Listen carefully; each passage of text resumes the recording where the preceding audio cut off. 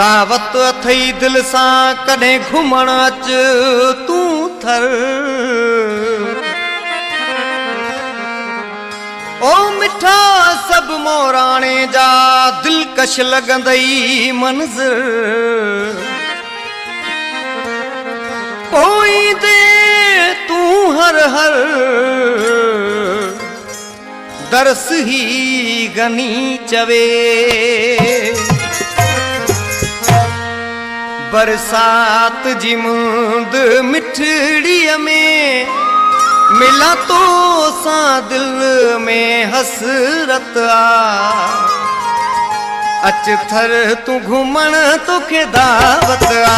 अच थर तू घुमण तोखे दावत आ। जॾहिं भिटन ते बादल बरसन था मुंहिंजो देस फिरी ॼण जन्नत आ। अच थर तू घुमण तोखे दावत आ। अच थर तू घुमण तोखे दावत आ।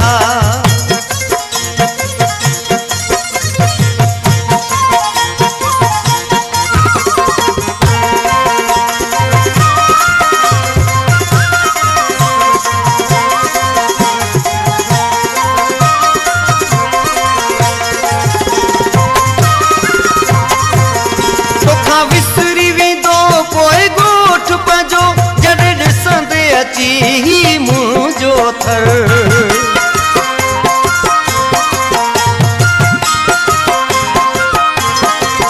तोखां विसरी वेंदो पोइ ॻोठ पंहिंजो जॾहिं ॾिसंदे अची मुंहिंजो थर। ही सावक ऐं सुरहाण आहे सभु लॻंदई मिठा दिलकश मंज़र। पोइ पाण फिरी मूंखे चवंदे तूं मिली रूह खे हिते वॾी राहत आ। अच थर तूं घुमण तोखे दावत आ।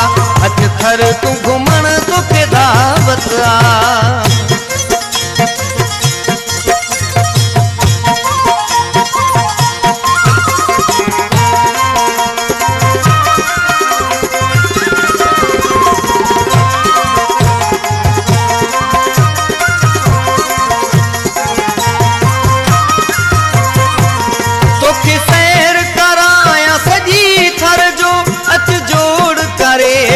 गॾिजी घुमूं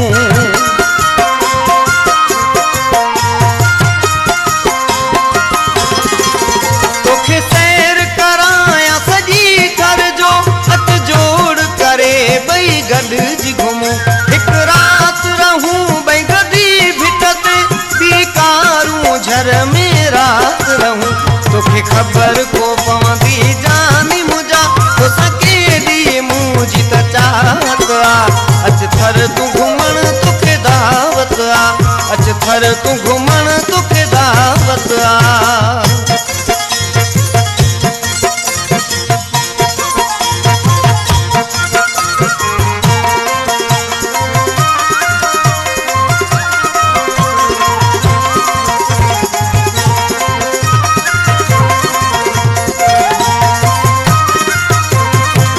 तोला शहर कलोई सजाया सजो रुगो अचण जी ॾे तूं पक जानी।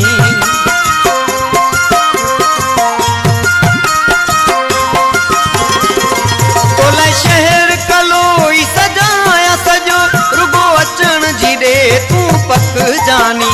तोखे दर्स गफ़ार पुकारे पियो ॾाढी तुंहिंजी लॻी आसिक जानी। ॾिस मोराणे जा माण्हू मिठा मिली तिन मंझि एॾी को मोहबत आ। अच थर तूं घुमण तोखे दावत आ। अच थर तूं घुमण तोखे दावत आ। बरसात जी मुंद मिठड़ीअ में मिला तो सां दिल में हसरत आ। अच थर तूं घुमण तोखे